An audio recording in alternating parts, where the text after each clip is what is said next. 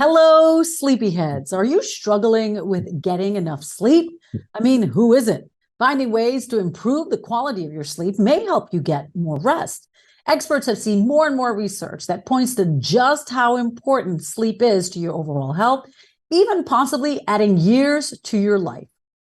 Hello, everyone. I'm Nikki Mohan, your host for today's discussion, coming to you live from the Baptist Health Newsroom. Since March is National Sleep Awareness Month, we have with us two experts from the Baptist Health family to talk about how important it is to get a good night's rest and hopefully give you some tips on that. I'd like to welcome Medical Director Dr. Timothy Grant from Baptist Health Sleep Care. Welcome. And Director of Sleep Medicine, Dr. Harneet Walia from Baptist Health Miami Cardiac and Vascular Institute. Thank you both for joining us and welcome to the show. Thank you for having us. Thank you. Before we deep dive into today's subject, I want to remind everyone watching that this is your show. So viewers, send in your questions and comments throughout the segment. We're here for you and happy to answer any questions you may have. I'm going to start with Dr. Grant. Dr. Grant, do you get enough sleep? Sometimes. Some people think they don't need 8 hours and they can function fine. I'll sleep when I'm dead. I've heard that. I'm sure you have too. While that may be true, a lot happens to our bodies as we sleep. Can you break down the benefits of a good night's sleep? Well, it turns out that sleep is very important. If you don't get enough sleep, it can lead to many different things. It can lead to accidents at work. It can lead to car accidents. It can lead to more risk for cardiovascular disease, heart attack, stroke, diabetes. They now even think that fragmented sleep may be related to Alzheimer's disease. It turns out that most people need about 7 to 8 hours of sleep to feel refreshed, to wake up spontaneously, and to function normally during the daytime. There are very, very few people that are short sleepers that can function for less than 5 hours. And we all know relatives that say they don't need sleep and they fall asleep during the holidays on the couch. So anyway, it turns out that sleep is very important and can really help our health in the long run.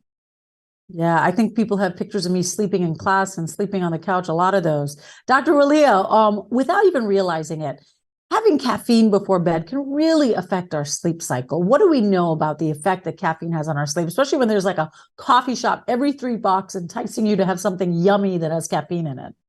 Rightly said. So caffeine can have a negative impact on sleep. It can reduce the total sleep time, the time we spend in the deep sleep. It's especially not good for folks who have difficulty falling asleep. It tends to stay in the body for a long time, and the body takes a long time to process it. So especially those people who have insomnia or experience difficulty sleeping, we tell them to avoid caffeine in the late afternoon and evening hours. I'm so glad you bring that up. We're talking about, and it's also, with Dr. Walia, talk about caffeine, not just we think caffeine coffee, caffeine's also in tea, chocolate, that kind of stuff. What is a good cutoff time for your caffeine? So it depends on the individual, but you're right. Tea, chocolates, all those have different quantities of caffeine. So we generally tell, about 2 or 3 p.m. is a general cutoff time for somebody who has difficulty sleeping. Yeah, no, absolutely. Great advice. Dr. Grant, for people who are struggling with insomnia or not being able to sleep the whole night, they may consider taking melatonin to help them sleep. We see it widely marketed on the market. Is there a certain rule of thumb before going to melatonin? Well, it turns out that most of the sleep aids that we use target either a neuroreceptor inside of the brain or they block different chemicals inside of the brain. The secret of melatonin, it works in a very different way. It works based on our internal body clocks. So one of the things is to be sure that you're getting the right kind of melatonin, because you can't necessarily trust the combination and the amount of melatonin that you're getting just in over-the-counter drugs. But to make sure you check that with your doctor, that it's not going to interfere with other medications. And then the other secret is with other sleep aids, you would typically take it right before you go to sleep. But with melatonin, you want to take it a couple of hours before you're going to sleep. Now, melatonin may not work for patients with severe insomnia, and we know that cognitive behavioral therapy or relaxation therapy can be much more effective, but melatonin can be very effective in certain issues like jet lag or shift work syndrome, or people who are falling asleep too late in the evening or too early in the evening. So make sure that you check that out with your doctor before you start your melatonin. Yes, no, great advice. Dr. Walia, we're always told that eating healthy and staying active are the best ways to keep our heart healthy. But let's talk about getting a good night's rest. What effect have we seen with sleep and how it affects your heart. Oh, so very important. Sleep and sleep disorders play a vital role in the overall heart health. Now, sleep duration, which is 7 to 9 hours of sleep for an adult and more so for children, are now considered an essential component for healthy heart. And many sleep disorders are also linked with the heart health, such as obstructive sleep apnea, in which the airway closes when we are sleeping, insomnia, which is difficulty sleeping. It is highly prevalent. Up to 50% of us have experienced insomnia at some point in our life. And even restless leg syndrome is now showing have some association with heart health. So sleep is critical to the overall heart health. Yeah. Thanks so much. Dr. Grant, for some reason, falling asleep always seems to happen as your head hits the pillow for some people. But for others, a good 30 minutes could go by. They're counting sheep, doing whatever as they start winding down. Are there any small changes we can do in our routine to help us get to sleep faster? There are a number of things. So first of all, not to be too focused on that actual exact amount of time. It turns out that when people actually fall asleep when their head hits the pillow, they may actually be sleep deprived. They'd be trying to make up for sleep because they're falling asleep so quickly. It turns out that the normal amount of sleep to fall asleep is about 10 to 20 minutes, but under 30 minutes is usually pretty acceptable. If you become too focused on it, it can really drive you literally nuts. So we try not to think about that exact number too much, but there are other things that can help. Not to exercise too soon to the time that you go to sleep.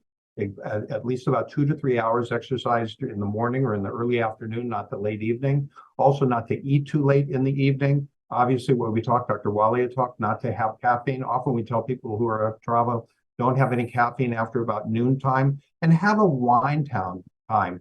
Don't expose yourself to blue light with your phone, with the computer, with the television. Try to wind down in a dark, cool, relaxing room before you go to sleep. It's getting off those phones. So important, Dr. Grant. Dr. Walio, most people for most part feel sluggish or irritable when they don't get enough sleep. But what are the long-term effects of lack of sleep? Well, lack of sleep or sleep deprivation can have far-reaching long-term consequences. It is actually linked with high blood pressure. It is also linked with increased risk of weight gain, obesity, increased risk of diabetes, increased risk of adverse heart health. And that is due to different mechanisms, because when we are short on sleep, our inflammatory markers go up, all that bad stuff in the body goes up that leads to these detrimental effects. So sleeping is very important, and getting adequate amount of sleep is very, very crucial. Yeah. Sometimes, Dr. Walia, people work a job. I mean, I know I did for many years where you don't get you shift different shifts or overnight. And as doctors, you guys know that well too. How do you combat that, or how do you counteract working a job that doesn't allow you to go to sleep at a normal time or get 8 hours of sleep? So whenever someone is sleeping in a shift work or sleeping at different times than the usual norms, we tell them to maintain the sleep environment as conducive as they can while they're trying to sleep. If they're trying to sleep during the daytime, then ensure that they have dark curtains so that they can sleep. There are no environmental factors that are waking them up.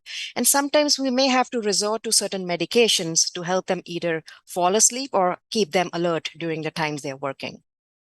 Yeah, no, I mean, so important. Let's go ahead and take some viewer questions right now. This viewer has a question. They saw something on social media, TikTok, that taking magnesium will help them fall asleep. Dr. Grant, I know you talked about melatonin. What about magnesium? Well, there is some literature out there that says that melatonin will be helpful to help you fall asleep. It may be helpful in insomnia and restless leg syndrome. It works hopefully by affecting different neurotransmitters inside of the brain. You have to be careful about the amount that you're taking and make sure that you're, again, getting the proper amount, but it can be beneficial in certain circumstances. But to make sure, again, that you're checking with your doctor to make sure it's not interfering with other medications, or that there may be other more effective medication for you.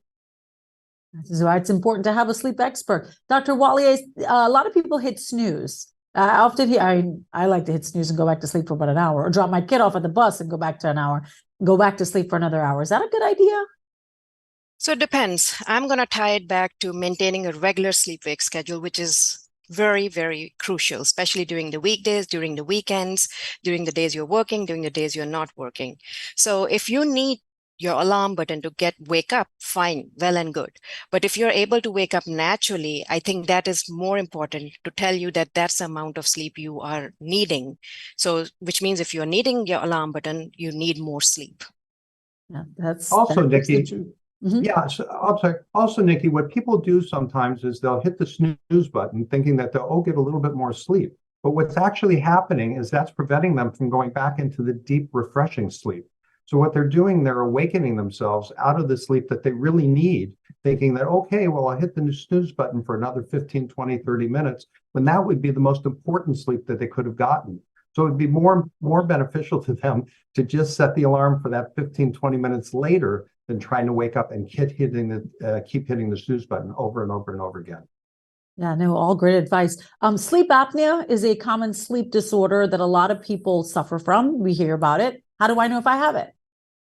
Well, it turns out that the classic presentation is the obese, overweight patient. It can be a male more than a female, and prominent snoring. But the fallacy is that people think that those are the only people that have sleep apnea. We see people who are slender. It turns out that about a third of the patients who have sleep apnea can be actually not obese and underweight at a normal weight. We see it in women, we see it in children, we see it in adults. So it's very important that if you do have significant problems with your sleep, even mild snoring, literature now shows that women can present with sleep apnea in a much more subtle way than men, with very minimal or even insignificant snoring, and still have significant sleep apnea.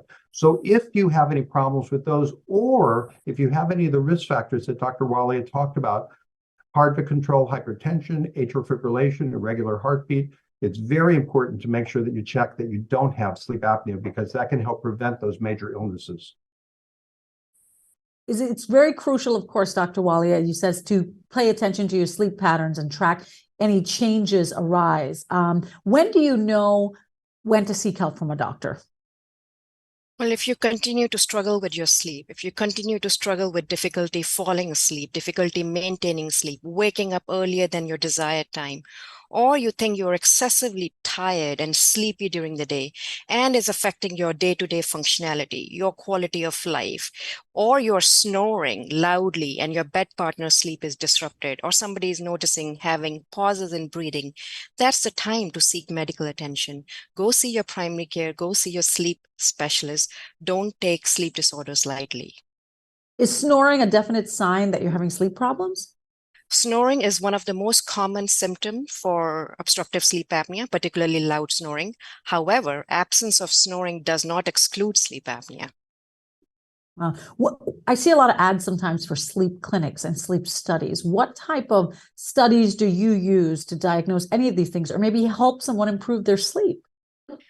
We generally do sleep studies to diagnose somebody with sleep apnea. Sometimes we also do sleep studies to diagnose somebody who is intrinsically sleepy, such as folks who have narcolepsy or idiopathic hypersomnia. Now, there are two kinds of sleep studies to diagnose sleep apnea. One is a home sleep apnea testing, which could be done at the ease of your home.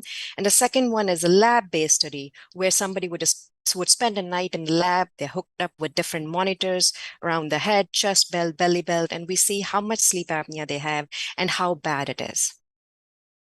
Dr. Grant, any final thoughts as we wrap up this discussion on, what people should do to, I guess, the most important thing they could do to improve their sleep or just feel better? Well, one of the things that I think is important too, what Dr. Wally was saying, is it's important if you're not sleeping well at night or you're too sleepy during the daytime, it's important to seek help. Or if you're doing something abnormal at night, we see patients as sleep doctors all the time who are doing something potentially dangerous at night. They're falling out of bed, they're acting out a dream, they're doing something that could be very dangerous potentially to them. So if anything's either interrupting your sleep, or you're not sleeping well, or you're too sleepy during the daytime, it's important to seek the help of a sleep specialist, because we can really help people and make them feel better and really, really, really improve their quality of life. So don't hesitate to either contact your primary care physician or a sleep physician, because we can really help you with many, many issues. Thank you, Dr. Grant. And any final thoughts, Dr. Walia? I would say as we think about diet and exercise, we should be thinking about sleep in the same token, because sleep intersects with so many other facets of life. Yeah, so important. Well, thank you so much to both of you. It's been such a lively discussion. You definitely didn't put me to sleep with it, pun intended. Remember, viewers, this is your conversation. We have many more here. Don't forget to hit that subscribe button on our channel to keep up with all the latest health news and wellness issues, information from our expert, tips from our expert. You can also connect with us in so many ways on our social media channels: Facebook, Instagram, Twitter, TikTok, and LinkedIn. And you can always check out our resource blog for the latest news at baptisthealth.net/news. You'll find a link there to all the previous episodes of the Baptist Health Talk podcast as well. On behalf of everyone here at Baptist Health, thank you for watching. Stay safe, stay healthy, and have a great day.